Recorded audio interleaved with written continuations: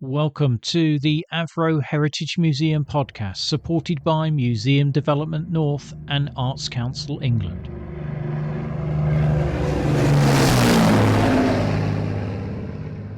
Today we're starting what will be an occasional series that we're calling A History of Avro Heritage in 20 Objects. For each of these episodes, our starting point will be an object or an artefact that evokes a particular era from the Avro Heritage story, and we'll normally have a guest who will provide us with a commentary. Sometimes the objects will be on display at the museum. On another occasion, they may be an item stored behind the scenes, or, as is the case for our first object, not even part of the museum's collections. By way of introduction, we'll give you each time a few clues to see whether you can work out for yourselves the era that the object relates to. Our guide for this first episode of the series is John Nicholl, a stalwart Woodfordian. So, to give us those clues to try and work out the era, I asked John, first of all, to think back to the world of entertainment that was contemporary with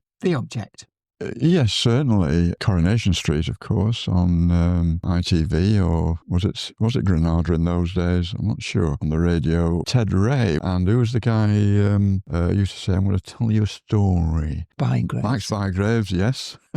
How about a film from that era? Films. Let's think. Well, of course, the big one was The Sound of Music, wasn't it? My goodness! And for some strange reason, I decided I was going to avoid watching that. Everybody was talking about it. I thought, I'm going to avoid. And it was decades later, when we were going to go to Austria, I actually went and rented the video, and I went in the video shop and sort of said, looking quick round, "You don't happen to have the Sound of Music, do you?" As if it was sort of kept under the shelf, that sort of thing. Yeah, I think we're given a lot of clues there, John. So perhaps you can reveal now the year that your artefact is from. Yes, it's from 1965. Okay, and why is that an important year for Avro? Yes, for certain of us. And that is that, and I think it was probably around about the early summer, late springtime, that the powers that be decided that they wanted to bring the main drawing offices of Chadderton and Woodford together. And the simplest way they thought was to move the Chadderton drawing office and some other technical areas as well down to Woodford. I had been in the drawing office from probably later on in 1964 and got fairly established on the hydraulics group. There was a big drawing office. I think there was over 300 draftsmen. There was design engineers, there was stress, there was aerodynamic, initial projects, and other managerial levels and so on. It was a massive office, and it was said on a really foggy day you'd struggle to see the other end of the office. However, so it was around about that time earlier on in 65 that they decided they're going to move us, and that was a bit of I'm not sure we saw it coming, but suddenly for the majority of us living north side of Manchester, that was going to be quite an upheaval. And so some wag, shall we say, wrote a little bit of a story about this move and did it in a sort of a biblical style, which was just before you read it, then, John, you'd mentioned to me earlier this was anonymous, so it wasn't performed at a party or anything or at a social. It's just something that circulated. It did. It circulated. I don't know when I became aware of it, but I imagine it was, at that time, just after the move, perhaps. I think it was very cleverly written, and it raised a few interesting little points. Let's hear it, John, and then you can tell us a bit more about it and perhaps explain some of the references. Right. Now, it's headed The Gospel According to MacDenac. Now, I'll explain that. The Mac part of MacDenac's, Arthur McNeely was the chief draftsman at Woodford at that time. The Dean of MacDenac's, Eddie Dean, was assistant to, it was Hal Turner, I think, was the chief draftsman at Chadderton, and the Ack was Jack Isaacs, who was an assistant chief draftsman at Chadderton. So, the Gospel According to MacDenac's. And it came to pass that the elders and the wise men did ponder the situation, and after 3 days and 3 nights of deliberation, they made known to the Chadites their decree. The land of Chad is no longer good. Drought, famine, and pestilence will fall upon it, it is written, and the tribe must make a new camp on the great wilderness at an oasis called Woodford, where, it is written, the tribe of Woodbine dwell. And the Woodbines are friendly and do prosper, and, it is written, the land floweth with milk and honey. Now the Chadites on hearing this did wail and lament and beat upon the ground with their fists, and moaning and gnashing of teeth was heard for many days. But lords, they cried, how can we survive the great journey in the wilderness? Why must we leave our dwellings, our kinsmen, and our cattle, and all that is our own? Let us tarry in Chad and toil and labour against the famine, for we love this land and all that is in it. And besides, Woodbine dwellings cost a bob or two. But the elders and wise men said, we have spoken, so be it. And it came to pass that many of the Chadites, made foolish by the promised land, did traverse the great distance and dwell with the Woodbines. And others tarried with the Woodbines by day and returned across the wilderness to Chad at night, as I did. But many did flee the land, and the tribe did scatter and dwindle to the four corners of the earth, dwelling in the lands of Platte and Croster and Bridge and Brown and ICT, all well-known companies. But many did fortify themselves at Chad to stave off famine and pestilence, and great was the happiness therein. After a while it became known that all was not well with the Woodbines and the Chadites who tarried with them. Soothsayers foretold disaster, and many bore false witness, and the Woodbines and the Chadites were greatly troubled. Many moons did wax and wane. Then the elders and the wise men did return to the land of Chad, and did say until the Chadites, wilt thou not change your mind, and travel with us, and pull us out of the mire? And the Chadites did ponder at this, and mutter amongst themselves, and did answer with one accord, get stuffed. So very cleverly written, as you say, John, in that biblical style. Very funny. Underneath it, what were some of the feelings, though, that were going on there, that were perhaps running through people's minds in the face of what was going to be a big move, wasn't it? It was going to be a big move for a lot of people. I'm really not sure what I immediately thought about it, but I didn't want to lose my job. I mean, some people did resist going. I'm not sure how many, but I think very quickly, and how much notice we were given, I don't know. There was the incentive of some we were allowed travelling time for a period and travelling expenses, so much a mile or whatever. So very quickly, people were looking around, oh, crikey, who can I get a lift with, and so on. And I was lucky that somebody who lived, as it happens, up in Haywood, would pass by where I lived in Bowley, and together with somebody else, and we'd travel that way and come back. And that went on for a period of time until I got my own car, which might have been a couple of years later, I'm not sure. And then I tied up with two other people who had their own vehicles. And so one lived in Middleton, one lived the other side of Haywood, Bamford, I think. And so we just arranged it. Either they'd pick me up if I was passenger, or I'd go around and leave my car in Middleton, and so on. We worked something out, and we travel. And in those days, the traffic wasn't too bad. But there were a lot of people who were travelling. Now, some people did moved house. Because there is that reference to the house price, isn't there? Indeed, yes. And, well, they managed, some people. I wouldn't like to say how many. Not necessarily just into the Woodford area. I mean, even if they've moved to somewhere 5 miles away, it was better than travelling 15 miles. Yeah, we got stuck into that. And yeah, we got on with this. I don't know what the journey time was. It might have been about 3/4 of an hour, perhaps. We got on with it. I mean, the aircraft projects at the time, I seem to recall that then the Avro 780 as the type number as we knew it, which was the Andover C1, which was the rear loading 748, shall we say, more powerful engines, etc. That was the project at the time. It hadn't, when we first moved, it hadn't flown yet, I don't believe. But Vulcan was just about would be in service then. Shackleton would be kicking around. 748, of course, because that first flew in 1960. So we made the move, and of course, yes, it was a time out of your daily life, travelling. But for some of us, having just been at Chadderton, where, okay, Chadderton was a massive, amazing place, but you just saw pieces of aeroplane. But then to get to Woodford and see them on the line, the sections put together, ultimately flying, was some compensation. Yes. Was there a feeling of going out of your comfort zone? Because the majority of people had moved, you were then working with the same people, and we were put into. I remember the first drawing office we were put into because the drawing office, the existing one here at Woodford, was on the upper floor at the front of the site overlooking the main road.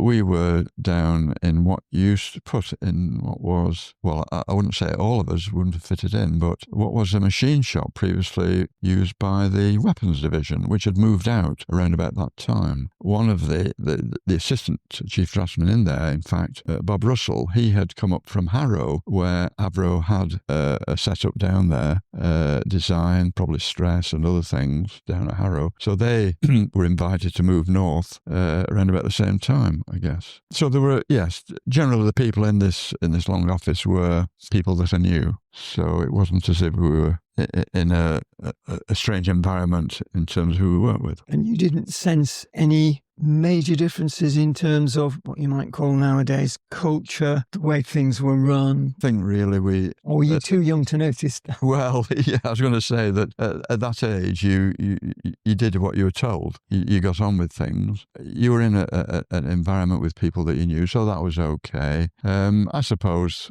the rules and regulations, the way things were done would be the same processes through design and so on and so forth as both sides. So I don't think there was any feelings of not being comfortable with what was going on. No, it was a trip out every day in a sense. Okay, where I lived at home, yes, it was countrified and lots of fields around and farms and so on. And coming down here, you could we're rather enclosed in that first drawing office that I was in, but we did move around over the years. They juggled people around a bit. I did work on DO1, the upstairs one, where the original Woodford design was centred, I guess, and that would be around about 1970, 71-ish. I remember working on the Victor tanker, doing the design conversion work there. Worked over at E Block, which overlooked the airfield. It was good. You could actually properly see the planes then, when you should have been drawing. Yeah, so I mean, you looked out, you saw the Derbyshire Hills, but I do remember. Oh my goodness! In those days, we had at times proper winters, and I wonder how we actually made it down here. I can remember the snow outside E Block. I mean, it was honestly it was a good couple of feet deep. But of course, you got the drifting. There was airfields are always a windy site, aren't they? So that was drifting. But yeah, we just did it. No, I mean, for quite a few of us, it wasn't just a job because we were interested in what we were doing, and I've always had an aviation interest from way back. So it fitted exactly what perhaps I'd always wanted to do. It was a good place to, a lot of people say it was a good place to work. Yeah, lots of very good people, and it was interesting. Yeah. I'm interested, John, in terms of the company. Did people feel really this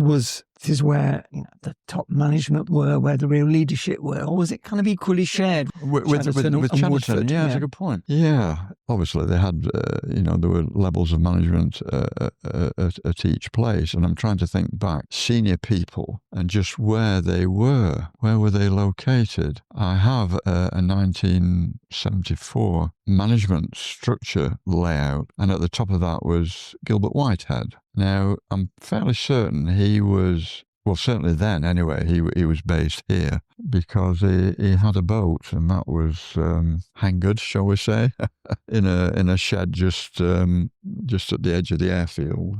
And of course, some of the senior on the design side, senior people moved down. Jack Isaacs, as I mentioned earlier, and Jeff Monk, he was another equivalent. And rather jokingly, he used to refer to, when he came down here, that Jeff Monk became a space engineer. And people said, oh, really? Oh, yeah.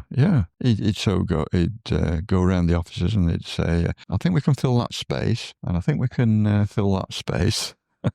But yes, he was well established here, and his daughter, for that matter, she worked here, Suzanne. Yeah, I think there was probably a shift, but But whether the registered office remained at Chadderton is a good question. That I don't know. Well, Chadderton was 1939. I mean, it took a while, of course, and people were being transferred from Newton Heath, from the Avro facility there progressively. It was big. It was big. And we had, well, a lot of people had cars anyway, but buses were the thing. And it was like a bus depot on Greengate. I mean, if you came running out, when the whistle blew, you'd be careful you didn't get run over by a bus. There were masses of them. Yeah, they were going to all sorts of places, and they were just really getting people to Chadderton. I just got one more question while we're still steeped in that period. When you look back, was there anybody you worked with or anybody that you saw working here at Woodford? But was there anyone who really impressed you as a person who did the job superbly?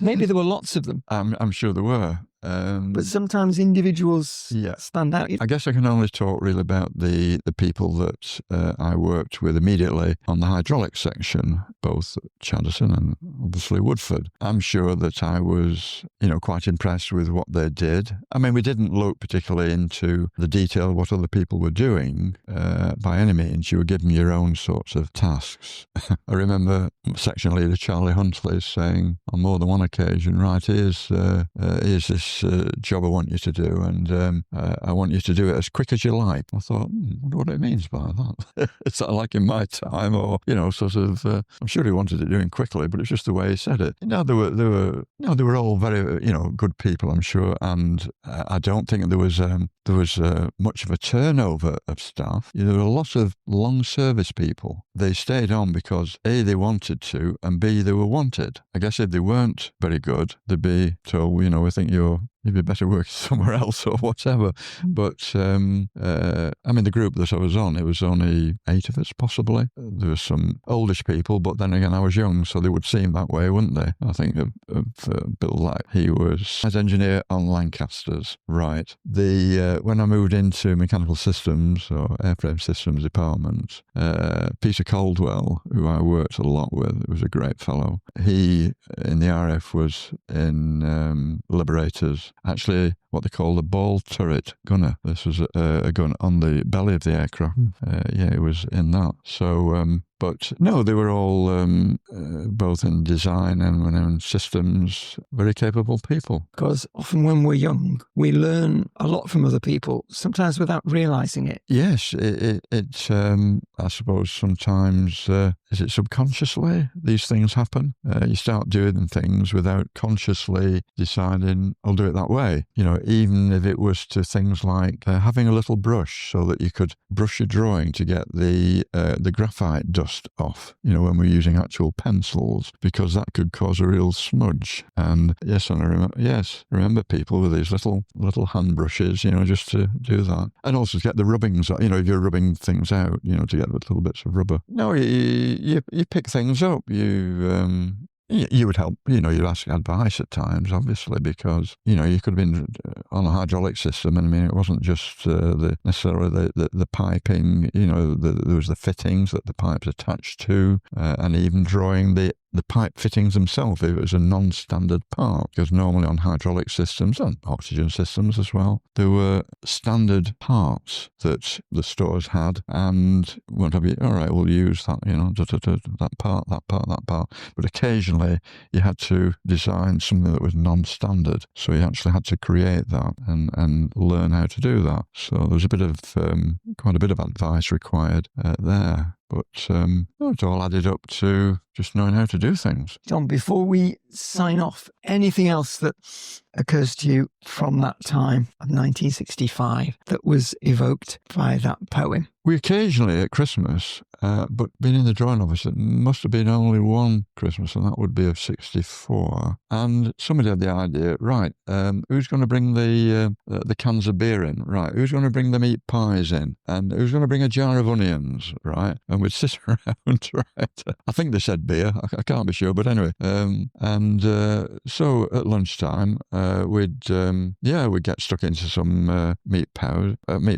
Now, my section leader, Charlie Huntley, there was a difference between steak and kidney pies and meat pies. One he referred to as growlers, and the other were known as nudgers. And I'm not sure which was which. But we do that. And I remember at Christmas again, this was the time of the Dalek, so Doctor Who was on the go, and somebody, it was Ian McPherson, he was a lad, and he brought in a child's tricycle, and they made this Dalek, right, and sent him out onto the shop floor, right. Anyway, he was riding along, and of course the shop floor was made up of great sections of concrete, it was cast at the time, and then there'd be a sort of a bit of a gap in between that they filled, and apparently one of his wheels went down one of these gaps, right, and I'm afraid the homemade Dalek looked a bit of a mess. And another thing they made was I think it was the stress office. Which was at the bottom of the main drawing office. It was a bit like a rocket made out of paper and cardboard, and it was really quite big. And they slung this thing over into initial projects, and round initial projects there was partition and barbed wire along the top, and this thing went over, and then I think it came back in 2 pieces. Then it probably went back in 4 pieces, and then I think they'd had enough then. But those little things that happened at Christmas time. There was the brew trolley. Oh, when the brew trolley came through. Oh yeah, one of the ladies from the canteen, she put in the trolley, and she has these big things with either tea or coffee in it, and scones. They do scones like I think they very likely would have made them in the canteen. The mix might have come in, possibly, but we used to look forward to that nice a day. That was good. And of course, you got the odd characters like Julie Goodyear, was on Coronation Street, of course. She was a secretary, I think, in either marketing, sales, publicity, something like that. And she married a guy who worked in the drawing office. Pictures of them in the wedding car were in the Avro News, and a picture of, they used to have what they called beauty off duty. You'd never get away with it these days. Take a picture of the particular girl, she might have been a secretary, a typewriter, and then when they were in their sort of leisure time, and this one of Julie Goodyear, she was in a leopard skin bikini, sort of sprawled out on the floor. Moving on. So, just going back to the canteen, John, I'm sure I've spoken to somebody who said, was it subsidised by the company? I'm sure it was. Yes, I'm sure it was. I don't know that I used it all the time, but if I didn't, my mother must have made me some sandwiches or something. I really, it's a good question, that. But it would have been subsidised. Oh, yes, it would have been. I think all I can remember just as in terms of pay, I think when I was an apprentice, I was on about £3 a week or thereabouts. But how that moved on, I think when you hit the £1,000 a year, that was significant. But when that was, it was £20 a week, wasn't it? When that was in my working life, I really don't know. I can remember doing that, John, as a teacher. It was a nice round figure, wasn't it? But other significant events apart from the fires, and I was only there for one of them, and that might have been about 61, and that was about 61. That was the one that affected engineering development department or experimental. Before I'd actually moved in there, and that would have been 62, because it was then that part of the roof came down and crushed part of the fuselage of the second prototype 748, which was known as Gary. Garay. Anyway, they repaired it, and it flew for decades. But yes, there had been the big fires before, which had destroyed a lot of historical stuff, apart from the day-to-day stuff. John, it's been a great pleasure to talk to you again, and thank you for sharing this first object in the history of the Avro Heritage, the poem that we date back to 1965, called The Gospel According to MacDinax. It's been great to hear about it and hear all the stories, John. It's been a pleasure to be able to, just let you and hopefully a lot of people out there know what went on, and in a light-hearted sort of way at times. Exactly. But good times, great people. Thank you again to John for bringing the anonymous poem back to life exactly 60 years after it was first written. The chances of ever finding out the name of the author must be slim by now. But it was an era where Woodford must have been a hive of activity and a big part of the lives of so many. as John said, good people, good times. That's all from us now. Please join us for the next episode of the Avro Heritage Museum podcast. Don't forget, if you follow or subscribe to the podcast on your device and you make sure that push notifications are enabled, you should get an alert whenever a new episode is released. But for now, it's goodbye from me, Chris Beswick. Bye-bye.